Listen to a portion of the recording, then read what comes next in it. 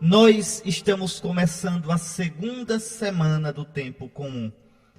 Domingo passado, com a festa do batismo do Senhor, nós encerramos o santo tempo do Natal. E começamos já na segunda-feira passada a primeira semana do tempo comum. A cor é o verde da esperança que não decepciona. Mas atenção, atenção, porque a esperança não é otimismo, a esperança não é pensamento positivo, a esperança não é ter uma visão cor-de-rosa, uma visão para cima, porque as possibilidades humanas são boas. Não, isto é otimismo. A esperança, ela se funda em Deus, é uma virtude que nos une a Deus, é uma virtude que a gente chama de teologal. Teos em grego é Deus, teologal é tudo aquilo que vem de Deus, que se refere a Deus, que nos liga a Deus. A esperança é esperar Deus de Deus. É esperar em Deus porque Ele é fidelíssimo. É esperar em Deus porque Ele prometeu. É a cor do tempo comum. São 34 semanas o tempo comum. Nós vamos ter algumas semanas agora. Vamos interromper por 90 dias, 40 da Quaresma, 50 da Páscoa, e depois retomaremos o tempo comum, até a festa de Cristo Rei, que encerrará novamente o tempo litúrgico. Então, o verde, que nos lembra que no dia a dia, na vida miúda, pequena de cada dia, nós devemos manter o olhar, a mente, o coração no Senhor. Nós poderíamos pensar no Salmo 120, eu levanto os meus olhos para os montes. De onde pode vir o meu socorro? Do Senhor é que me vem o meu socorro, do Senhor que fez o céu e fez a terra. Então, no dia a dia da nossa vida, na vida miúda, que vai passando a conta-gotas, às vezes com alegrias, outras vezes com tristeza, com esperança, com saudade, com ganhos, com perdas, é aí que nós vamos vivendo de esperança em esperança. Então, bom início do tempo comum para você, meu irmão. E a igreja hoje pede, nesse segundo domingo do tempo comum, porque estamos iniciando a segunda semana, a igreja pede, Deus eterno e todo-poderoso, que governais o céu e a terra, quer dizer, que governais a nossa vida, que governais todas as coisas. Escutai com bondade as preces do vosso povo, e dai ao nosso tempo a vossa paz. Dai, Senhor, a paz aos nossos dias. Dai, Senhor, a paz aos acontecimentos miúdos da nossa vida.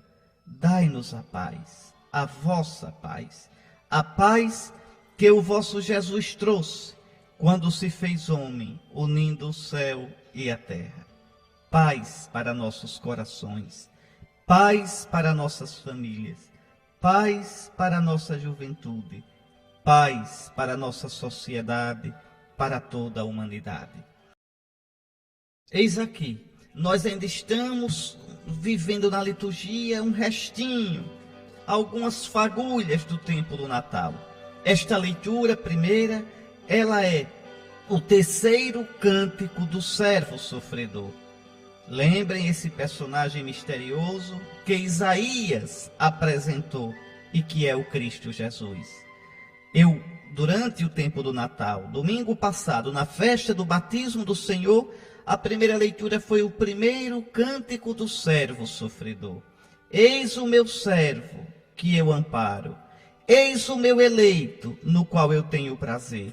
Coloquei sobre ele o meu espírito. Era o servo sofredor, e João Batista, ao batizar Jesus, apontou Jesus como servo. Eis o Cordeiro. Nós vamos escutar no Evangelho de hoje novamente. Vou falar sobre isso. Mas vejam, Jesus é o servo sofredor. É aquele que veio salvar a humanidade. É aquele que veio restaurar a fidelidade do antigo povo de Israel.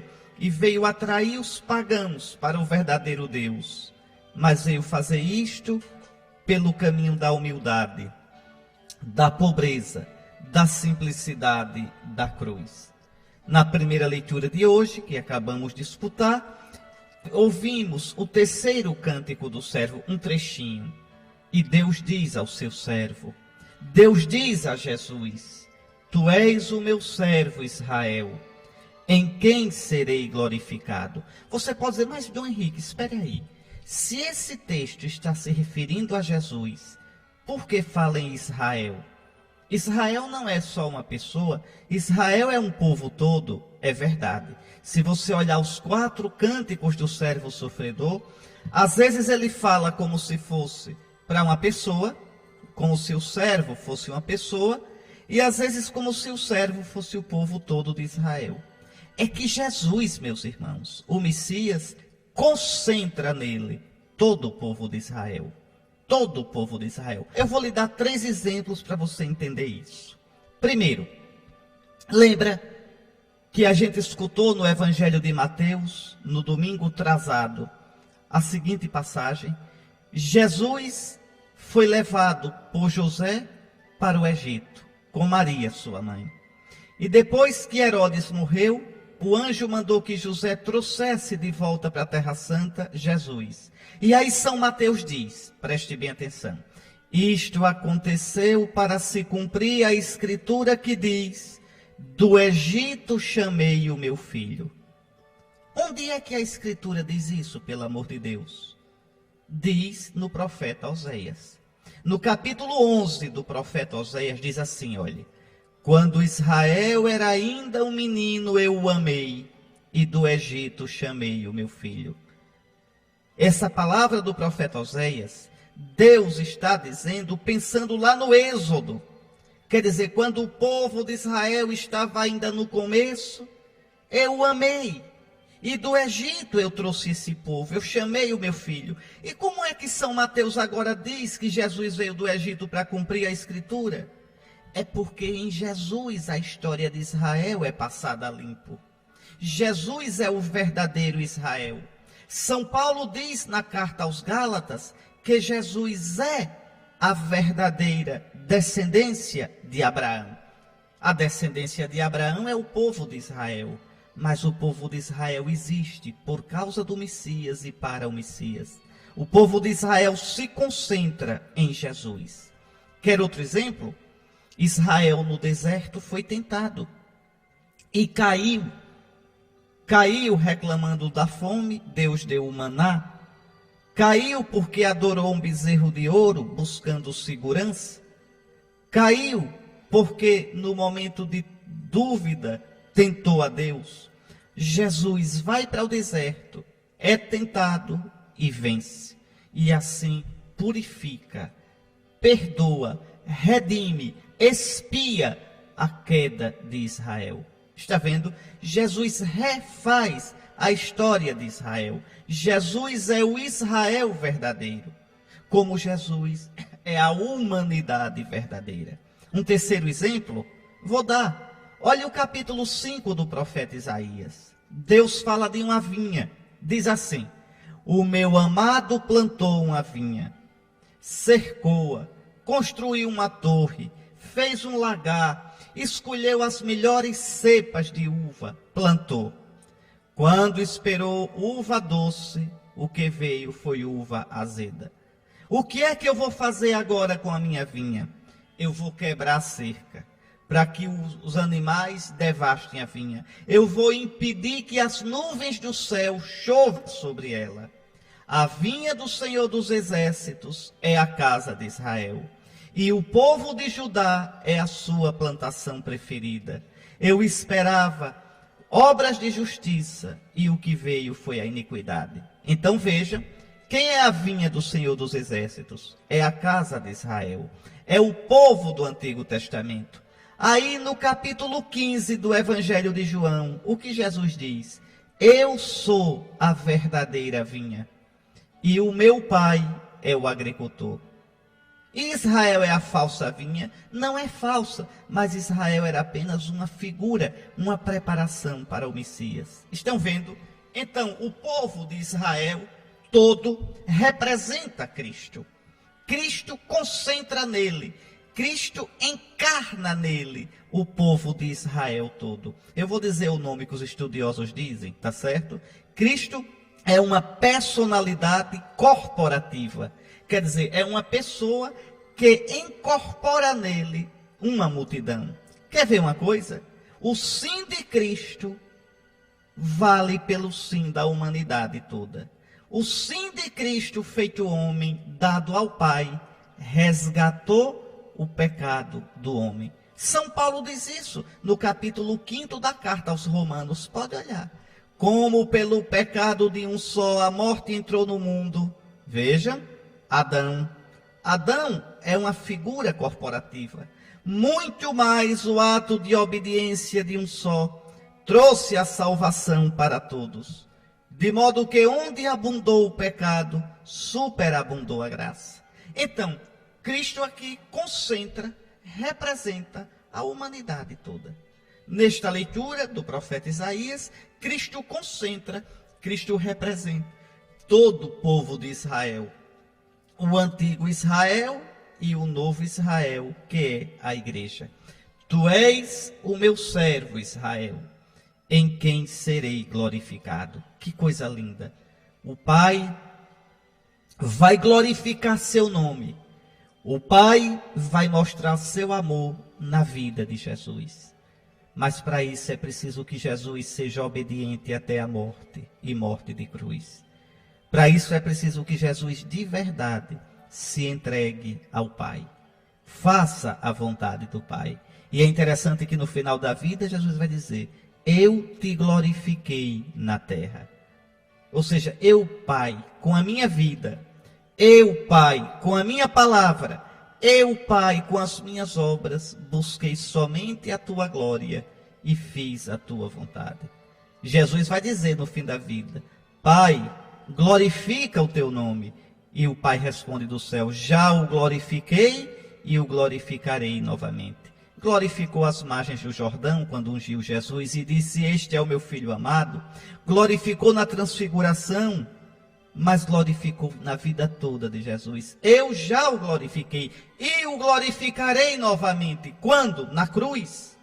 Quando aparecer até onde vai a obediência de Cristo, até onde vai o amor de Cristo pelo Pai.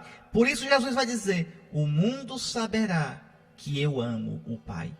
Então, isso já começa na segunda semana do tempo comum. Já domingo passado, no batismo do Senhor, com a leitura do primeiro cântico do servo sofredor. Tu és o meu servo, Israel. Tu és o meu servo, Jesus, em quem serei glorificado. E agora diz-me o Senhor, ele que me preparou desde o nascimento para ser o seu servo. Aí é o servo falando. É Jesus, já pela boca de Isaías falando, que eu recupere Jacó para ele e faça Israel unir-se a ele. Aos olhos do Senhor, esta é a minha glória. Qual é a glória de Cristo? É nos salvar. Qual é a glória de Cristo? É nos trazer novamente para o Pai. Meu querido irmão, minha querida irmã, se convença disso pelo amor de Deus. O homem sem Deus é um homem sem prumo, desaprumado. O homem sem Deus é um homem sem rumo, desarrumado, penso, troncho, que não vai a lugar nenhum. Observe o mundo em que nós vivemos. Tanta ciência, tanta tecnologia, tantos eventos, carnaval na época, carnaval fora de época, Copa do Mundo, Olimpíada, e o homem não consegue se realizar. As famílias vão se desfazendo, porque vamos ficando mais rasos, mais levianos, mais incompetentes para amar de verdade. Nossos jovens vão se drogando com a droga, mas também se drogando com o álcool, se drogando com a vida fútil, com um rock às vezes pesado, de mensagens pesadas e negativas, se drogando com essas tribos malucas, é punk, é emo, é naziskin, tanta coisa. Por quê? Falta de sentido. Vamos nos drogando com uma vida sem graça, com uma vida vazia, com uma vida que vai se tornando insuportável, porque não encontramos o sentido para ela. O sentido da vida não está em ter muita coisa. Diga, pelo amor de Deus, do que vale ter tanto e não saber para que se vive. Um punhado de dias é a nossa vida. Como padre, eu já entrei em casas muito pobres e já entrei em casas muito ricas. Já entrei em casas que você olha assim a sala, enormes, meu Deus, para que tanto espaço perdido, que a pessoa não ocupa aquilo ali, nem que enche, ela enche aquilo. E você vê, às vezes, casas tão ricas, de tantos móveis caros, de tantas pessoas com tantas propriedades, e no entanto o coração é ferido, um vazio de vida. Eu conheci pessoas grandes, meus irmãos, que pagam para ter amigos, pagam, sustentam uma corte para bajular, para quando dá uma festa essas pessoas irem, senão ele está sozinho. Oh, meus irmãos, não é o dinheiro que enche o coração humano, não é o prestígio é uma cachaça, hoje você tem, amanhã não tem. Eu me lembro de alguém que tinha um cargo muito alto, muito cheio de prestígio, e quando o cargo passou, ele se deprimiu, sentava-se à mesa, colocava o celular ao lado, esperando que o celular tocasse, e ninguém chamava, porque o seu cargo passou. Então, meus irmãos, o que enche o meu coração? É a beleza física? Ela passa. É o vigor da juventude? Ele caduca. É o dinheiro que eu tenho? O dinheiro não sou eu. As pessoas podem amar o meu dinheiro, mas não me amar. Eu posso comprar coisas, eu posso comprar até o corpo das pessoas, mas eu não posso comprar o amor. A Escritura diz, quisesse alguém dar tudo o que tem para comprar o amor, seria tratado com desprezo. Está lá no Cântico dos Cânticos. O que é, meus irmãos, que enche o nosso coração? O que é que dá paz ao homem? O que é que faz com que o homem respeite o outro como irmão? Veja a criação não como uma coisa, uma realidade para você maltratar, para você explorar de modo predador, mas para que você realmente cuide. É Deus, meus irmãos. Quando o homem tem Deus, ele encontra um prumo, ele se apruma. Ele encontra um centro, ele se centra. Ele realmente é feliz, é sereno, é livre. Quando eu indico tanto a vocês aqui a imitação de Cristo, por que eu indico esse livrinho do século XV? Porque naquelas palavras tão ungidas, de um monge tão simples, a gente descobre intuições, ideias, conselhos, que nos jogam direto no coração de Jesus, que nos fazem descobrir o sentido da vida. A imitação de Cristo é toda ela uma meditação da palavra de Deus. É por isso que eu digo, depois das Sagradas Escrituras, não tem livro mais santo, mais ungido, mais bonito, mais gostoso de se ler. Então, olha aqui a missão do servo. Esta é a minha glória, que eu recupere Jacó para o Senhor, que faça Israel unir-se a ele.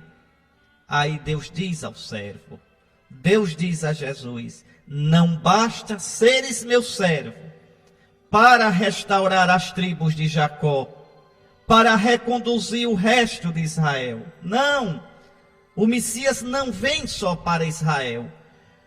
Eu te farei luz das nações, para que minha salvação chegue até os confins da terra. Vocês estão vendo? Já no Antigo Testamento estava predito que o Messias iria formar um novo povo, formado por todos os povos da terra. O Messias não vinha só para Israel. Deus ia formar um novo povo, um povo que agora nascia da fé no Messias, na fé em Jesus, um povo formado pelos israelitas, os judeus, que já eram povo de Deus no Antigo Testamento, e formado agora por todos os pagãos que vêm dos confins da terra. É por isso que João, no Apocalipse, vê uma multidão, os eleitos, 144 mil das tribos de Israel. Porque eu já expliquei isso a vocês. Eu me lembro das coisas que eu digo para vocês, viu? Eu me lembro. Eu expliquei isso para vocês na festa de todos os santos. No Apocalipse, na primeira leitura, João vê uma multidão, 144 mil das tribos de Israel. E eu expliquei por que 144 mil. 12 vezes 12 vezes 1000. 12 vezes 12, 144 vezes 1000. 12 é o número de Israel. 12 vezes 12, quando você quadra o número, quer dizer o Israel perfeito, todo, vezes 1000. Você multiplica, querendo dizer plenitude. Então, o povo de Israel em Jesus vai se salvar. Aí João dizia, e depois disso eu vi uma multidão que ninguém podia contar, de todas as tribos, línguas e nações. Estão vendo? Então, não basta que tu sejas o meu servo, não basta que tu morras, Jesus, para restaurar as tribos de Israel. É mais ainda, eu farei de ti luz das nações, para que a minha salvação chegue até os confins da terra. Toda a terra, toda a gente viu a salvação do nosso Deus. Os pastores vieram adorar o menino. Os pastores são israelitas. Mas depois vieram os magos, que são também os pagãos. A tradição antiga reconhece no boi e no burro os judeus e os pagãos. O boi, os judeus, o burro, os pagãos, que se alimentam no coxo do menino. O que quer dizer isso? Judeus e pagãos que são chamados à mesma Eucaristia, a se alimentarem do menino, do Deus nascido da Virgem para nos salvar. Muito bem, agora nós vamos escutar uma música contemplando esse Cristo que vem, contemplando o Messias, servo que o Pai nos mandou.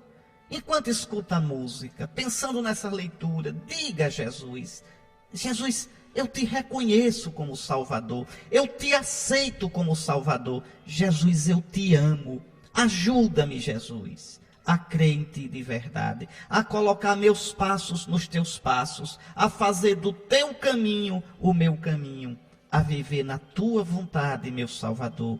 Tu vieste do Pai para nos salvar, e só tu nos leves ao Pai. Nós vamos rezar agora o Salmo responsorial, o Salmo 39, mas eu queria antes disso chamar a atenção para alguns pontos desse Salmo. Eu vou logo chamar a atenção para que você reze com mais gosto. Esse salmo é um salmo que fala do Messias. Olha o que o Messias diz quando entrou no mundo, no seio de Maria. A carta aos Hebreus cita esse salmo para dizer o que Jesus pensou quando se fez homem em Maria. Para dizer o que Jesus pensou da missão dele. Olhe, eis que vem o Senhor, com prazer faço a vossa vontade. É um Messias obediente. E o Messias diz, Senhor, tu não quiseste sacrifício e oblação. Quer dizer, tu não quiseste, Senhor. Não foram do teu agrado os sacrifícios de boi, de novilhos, de garrotes, de pombos no Antigo Testamento. Então eu disse, mas tu, Senhor, me abriste os ouvidos. Qual é o sacrifício que agrada a Deus? A obediência. Um coração de fé, um coração obediente. Tu me abriste os ouvidos. Tu não pediste ofertas nem vítimas, holocaustos pelos pecados. Tu me pediste obediência. Por isso eu disse, eis que venho. Com prazer eu faço a tua vontade. E Cristo fez a vontade do Pai até a morte e morte de cruz. Por isso o sacrifício de Cristo é o sacrifício perfeito. Os sacrifícios do Antigo Testamento eram de animais irracionais. O sacrifício de Cristo é todo de amor, todo de doação. Vamos rezar esse salmo, pensando no Santo Messias, no Jesus que o Pai nos mandou para pela sua obediência nos salvar. Viram? Rezaram? Com prazer, Senhor, eu faço a tua vontade. Que a gente faça a vontade do Pai, unindo a nossa vontade à vontade de Cristo, que não veio para fazer a sua vontade, mas a vontade daquele que o enviou. Os que nós escutamos o início da primeira carta de São Paulo aos Coríntios. Vamos entender? A gente vai escutar agora vários domingos essa carta, está certo? São Paulo escreveu esta carta na sua terceira viagem apostólica, lá pelo ano 53, 54. Paulo encontrava-se em Éfeso, e de lá, sabendo das confusões que havia em Corinto, escreveu esta carta aos cristãos daquela cidade. Corinto era uma cidade grande. Corinto tinha dois portos. Se um porto já é lugar de depravação, imagine dois.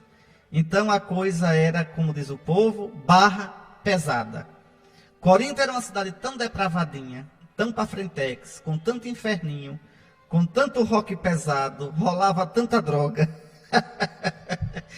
Muda o nome das drogas, mas são sempre as drogas, não sabe, meus irmãos? Que quando alguém tinha uma vida muito depravada, dizia assim, aquele corintizou, tá certo? Ou seja, aquele vive no modo de Corinto. Então o negócio era pesadíssimo, como se diz, era barra pesada. Tanto que quando São Paulo, na sua segunda viagem apostólica, chega em Corinto, chega desanimadíssimo quando vê aquela bagunça. Pensando, coitado, como é que eu vou anunciar Jesus aqui? E aí, em sonho, não é? Logo nas primeiras noites, Jesus aparece a Paulo e diz uma coisa linda: não temas, que eu tenho nesta cidade um povo numeroso. É danado, viu? Nosso Senhor conhece os dele, conhece. E aí Paulo pregou e nasceu a igreja de Corinto. Quando a gente fala igreja no Antigo Testamento, igreja de um lugar, ou igrejas, quer dizer as dioceses. Por exemplo, a igreja de Aracaju.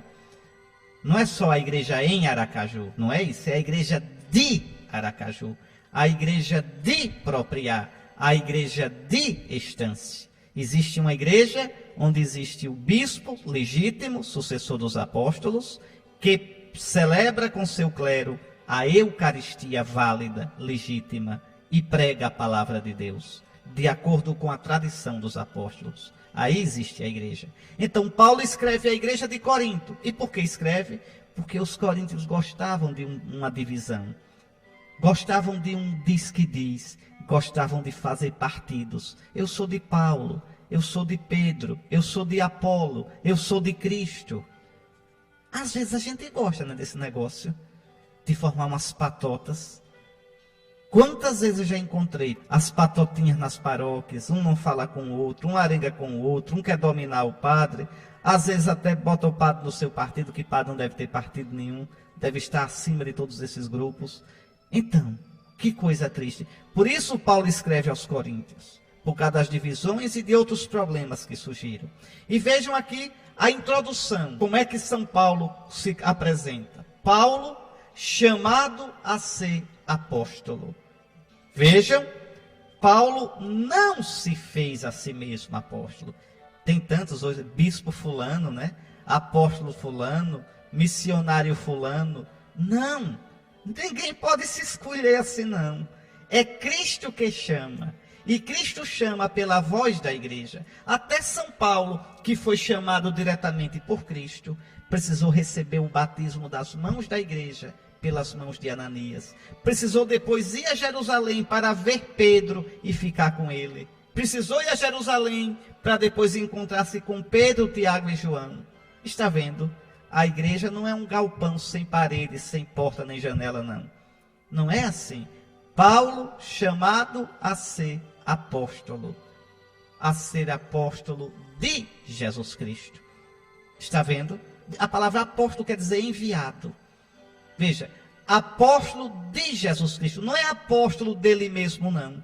É apóstolo para anunciar Jesus, e anunciar Jesus fielmente. É como o bispo, é como o sacerdote, não podem fazer o que quer. Vocês pensam que o bispo pode fazer o que quer? O bispo é o primeiro que deve obedecer a Cristo.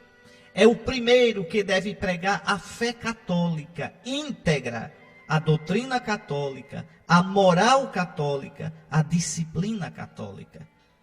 Vejam, a gente é livre de verdade não quando faz o que quer, mas quando quer e faz o que é correto. Então, apóstolo de Jesus Cristo. Em outras palavras, enviado por Jesus Cristo, por vontade de Deus, à igreja de Deus que está em Corinto. Então, Paulo, que sabe que foi enviado por Jesus, por vontade de Deus Pai, escreve à igreja de Deus que está em Corinto. E essa carta de Paulo à igreja de Deus que está em Corinto, certamente que serve à igreja de Deus que está em Aracaju. Como é bonito. 2000 anos depois, as palavras de São Paulo ressoam aos ouvidos da igreja de Deus que está em Aracaju. E aí São Paulo diz: aos que foram santificados em Cristo Jesus, chamados a ser santos. Atenção, Paulo não está escrevendo ao povo todo de Corinto, mas à igreja de Corinto. Nem todos os coríntios eram igreja de Corinto. A igreja de Corinto aqui no tempo de São Paulo era poucas pessoas. O quê? Umas 10 famílias, 15. Mas ali está a igreja de Deus. A igreja de Aracaju, quem é? São os cristãos católicos, são os batizados verdadeiramente que vivem, procuram viver em união com Cristo, na palavra, na Eucaristia, na vida fraterna. Essa é a igreja de Deus. Esta é a igreja. A igreja não é todo mundo. E a igreja não é uma repartição pública que eu vou lá só para pegar alguma coisa quando eu preciso, cumprir uma burocracia. Não. A igreja é a família de Deus. É a comunidade dos irmãos de Jesus que vivem unidos na palavra e na Eucaristia. Então, Paulo, a igreja de Deus que está em Corinto, aos cristãos, aos que foram santificados em Cristo Jesus, chamados a ser santos. Deixa eu comentar isso aqui que é muito bonito. São duas coisas. Primeiro, veja, aos que foram santificados em Cristo Jesus. Quando foi que a gente foi santificado em Cristo Jesus? No batismo. Na água do batismo, nós recebemos o Espírito Santo. Ali, Cristo diz: este é meu. Cristo nos santifica. Cristo nos dá o Espírito de santidade, o Espírito Santo. Então, olha aqui, São Paulo diz: aos que foram santificados em Cristo Jesus, chamados a ser santos. Estão vendo aqui que coisa interessante? A gente já é santo e é chamado a ser santo. Afinal, eu sou ou não sou santo? Se eu sou, como é que eu sou chamado a ser? Se eu sou chamado a ser, é porque não sou. Não, eu sou e sou chamado a ser. Eu sou santo. Você é santo, porque no batismo nós recebemos o Espírito Santo. E todo aquele que está em Cristo é uma nova criatura, diz São Paulo na primeira carta aos Coríntios. Agora, eu já sou santo, mas sou chamado a viver na minha vida esta santidade. Porque senão, aquilo que eu faço desmente o que eu sou. O meu modo de viver nega o dom que eu recebi. Então, tu, cristão, já és santo, tu já pertences a Cristo. Mas tu és chamado a viver essa santidade. Tu és chamado a ser santo. E aí São Paulo diz: junto com todos os que em qualquer lugar invocam o nome de nosso Senhor Jesus Cristo, o Senhor deles e nosso. É a igreja de Corinto. São os cristãos de Corinto, mas em comunhão de fé, de caridade e de amor com os cristãos das outras comunidades. E o eixo que organiza essa comunhão é o sucessor de Pedro, o bispo da igreja de Roma, que coordena para que a igreja cresça na verdadeira fé católica e na caridade, quer dizer, na comunhão. E aí Paulo termina esta saudação: para vós, graça e paz, da parte de Deus nosso Pai e do Senhor Jesus Cristo. Graça e paz só Deus pode dar. Jesus é Deus. Por isso, como o Pai ele dá a graça, ele dá a vida na amizade com ele. E a consequência da vida na amizade com ele é a paz. Graça e paz a vós. Pois bem, caros irmãos, santos, lembrem, somos chamados a ser santos. Somos chamados a viver na obediência a Deus, como Cristo viveu e nós escutamos na primeira leitura de hoje. Aí está, meus irmãos, esse evangelho que acabamos de escutar. É um evangelho que tem muito a nos dizer sobre quem é Jesus. Vamos lá, aqui vale a pena a gente percorrer versículo por versículo. João estava batizando. Veja, esse evangelho de hoje retoma o que nós meditamos domingo passado sobre o batismo do Senhor. Retoma. Ainda tem o gostinho do Natal. João estava batizando, preparando a vinda do Messias. Aí Jesus entra para ser batizado. João o batiza. Já falei sobre isso domingo passado. Lembra? Aí João diz: eis o Cordeiro de Deus que tira o pecado do mundo. Eu expliquei a você. Lembra? Na língua aramaica, a língua que se falava, cordeiro se diz talia. Talia. Se quiser escrever aí, escreva T-A-L-Y-A. Talia. Só que em aramaico, talia quer dizer cordeiro e servo. Cristo é o servo sofredor, é o cordeiro que vai ser imolado para levar sobre si o peso dos pecados do mundo. Eis o Cordeiro de Deus que tira o pecado do mundo. Aqui está uma ideia que é central no cristianismo. Sem essa ideia não existe cristianismo. O homem não pode se redimir sozinho. O homem não pode se salvar sozinho. Eu não posso tirar meus próprios pecados. É Deus que pelo seu Filho Jesus, morto e ressuscitado, tira os meus pecados e o pecado do mundo.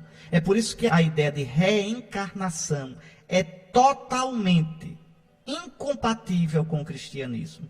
Se existisse reencarnação, se eu tivesse que pagar pelos meus próprios pecados, me purificando por uma sucessão de reencarnações, então eu torno inútil a encarnação de Cristo, eu torno inútil a cruz de Cristo, eu torno inútil toda a obra da salvação de Deus. Então não é Deus quem salva, sou eu quem me salvo. Sou eu que vou purificando a mim mesmo, purificando o meu karma, como dizem os reencarnacionistas. Vou purificando pela lei do retorno. O que eu fiz eu tenho que pagar e essa lei não tem exceção. Não, isso não é cristão, meus irmãos. Isso é totalmente estranho à palavra de Deus. Isso mata o cristianismo na alma, no coração. A salvação a gente recebe através de Jesus Cristo. Crendo que Jesus é Deus bendito, crendo que Jesus é o Messias, crendo que Jesus é o Cordeiro, o servo sofredor, que tira o pecado do mundo. Nele crendo, eu peço o batismo. Quem crê e for batizado. E aí sou purificado dos meus pecados e recebendo o Espírito Santo de Cristo no batismo, Espírito Santo dado para a remissão dos pecados, eu vou vivendo uma vida de criatura nova. Todo aquele que está em Cristo é uma nova criatura. É santo e chamado a viver como santo. Santo, chamado a ser santo, como disse São Paulo na segunda leitura de hoje. Então, João diz: eis o Cordeiro de Deus que tira o pecado do mundo. Dele é que eu disse: depois de mim vem um homem que passou à minha frente, porque existia antes de mim. É Jesus, que antes de ser Jesus, já existia eternamente no céu como Filho eterno. E se fez homem sem deixar de ser Deus. Fez-se homem no ventre de Maria Virgem e recebeu o nome de Jesus. E aí João diz, dá um testemunho lindo: eu também não o conhecia. Mas se eu vim batizar com água, foi para que ele fosse manifestado a Israel. Eu não o conhecia, mas Deus me mandou batizar para preparar a vinda do Messias, para preparar a vinda dele. E João deu testemunho: eu vi o Espírito descer como uma pomba do céu e permanecer sobre ele. Quer dizer, o Espírito unge Jesus e a unção permanece em Jesus. Daí o nome Messias, o nome Cristo. Messias em hebraico, Cristo em grego, querem dizer ungido, ungido com o Espírito Santo. Eu vi o Espírito Santo descer e permanecer sobre ele. É por isso que São Lucas diz, que de Jesus saía uma força que curava a todos. Que força é esta? O Espírito Santo que age nele, que repousa nele. O Espírito do Senhor repousa sobre mim, porque o Senhor me ungiu, me mandou para evangelizar os pobres. Por isso Jesus também vai dizer, é pelo Espírito Santo que ele expulsa os demônios. Então, eu vi o Espírito descer como uma pomba do céu e permanecer sobre ele. E João insiste, eu também não conhecia, mas aquele Deus do céu que me enviou a batizar com água, me disse, aquele sobre quem vires o Espírito descer e permanecer, este é quem batiza com o Espírito Santo. Eu vi e dou testemunho. Então João diz, eu vi, o Pai tinha me dito, o Deus de Israel tinha me dito, ó João, aquele sobre quem você viu o Espírito descer e permanecer é o Messias, é ungido com o Espírito, é o que batiza no Espírito Santo. E João diz, eu vi quando eu batizei Jesus, e eu dou testemunho de que ele é o Messias. Ele é o que batiza no Espírito Santo. Eu já expliquei isso aqui a vocês, mas vou dizer novamente. Não existe no cristianismo batismo nas águas. Quem batiza nas águas renega Cristo. Quem batiza nas águas peca contra o Espírito Santo. No cristianismo só há um batismo. A carta aos Efésios é claríssima. Uma só fé, um só Senhor, um só batismo. É o batismo no Espírito Santo. O batismo nas águas é batismo de João, é batismo dos judeus. Os judeus mergulhavam nas águas todo dia. A palavra batizar quer dizer mergulhar. Nós só temos um batismo no Espírito Santo, que não é o da renovação carismática. Não é. A renovação também fala em batismo do Espírito, mas é outra coisa. O batismo do Espírito que se está falando aqui é o sacramento do batismo. Aí você vai dizer, mas senhor bispo, eu fui batizado com água quando era criança. Foi com água, mas não nas águas. Aquela água é símbolo do Espírito Santo. No cristianismo, a água é símbolo do Espírito Santo. Por isso, Jesus disse a Nicodemos, no capítulo 3 do Evangelho de São João, que quem não nascesse da água e do Espírito, não veria o reino de Deus. Mas a passagem mais clara para mostrar isso a vocês, é quando Jesus vai dizer claramente, no capítulo 7 do Evangelho de São João. Jesus diz, se alguém tem sede, venha a mim e beba. Veja, se alguém tem sede, venha a mim e beba. Porque como está escrito, do seu seio correrão rios de água viva. Do seio de Cristo vai correr um rio de água viva, para matar a sede do mundo. E aí, o Evangelho de João mesmo diz, Jesus estava falando do Espírito Santo, que receberiam aqueles que crescem nele. Porque ainda não havia Espírito Santo, quer dizer, não havia ainda efusão do Espírito, porque Jesus não tinha ainda ressuscitado dos mortos. Está vendo? O Espírito é essa água bendita. Por isso Jesus disse à samaritana no capítulo 4 de João, mulher, quem vem a esse poço de Jacó, Jacó é Israel, Jacó significa a antiga aliança, quem vem buscar água nesse poço ainda tem sede, mas quem beber da água que eu der, nunca mais terá sede. Essa água é o Espírito Santo. Você pode pensar que o bispo auxiliar está enrolando, Pois então pegue na sua Bíblia aí, vá. João capítulo 7, versículos 37 ao 39. Olha aqui. No último dia, que é o principal dia da festa, estava Jesus de pé e clamava: se alguém tiver sede, venha a mim e beba. Quem crê em mim, como diz a Escritura, do seu seio emanarão rios de água viva. E que água é essa? Olha o que é que o Evangelho explica no versículo 39. Dizia isso, referindo-se ao Espírito, que haviam de receber os que crescem nele, pois ainda não fora dado o Espírito, visto que Jesus ainda não tinha sido glorificado. Está vendo? Então, Jesus batiza no Espírito. Não existe no cristianismo batismo nas águas. Jesus morreu e ressuscitou, recebendo a plenitude do Espírito, para derramar esse Espírito sobre nós. E ele derrama no santo batismo.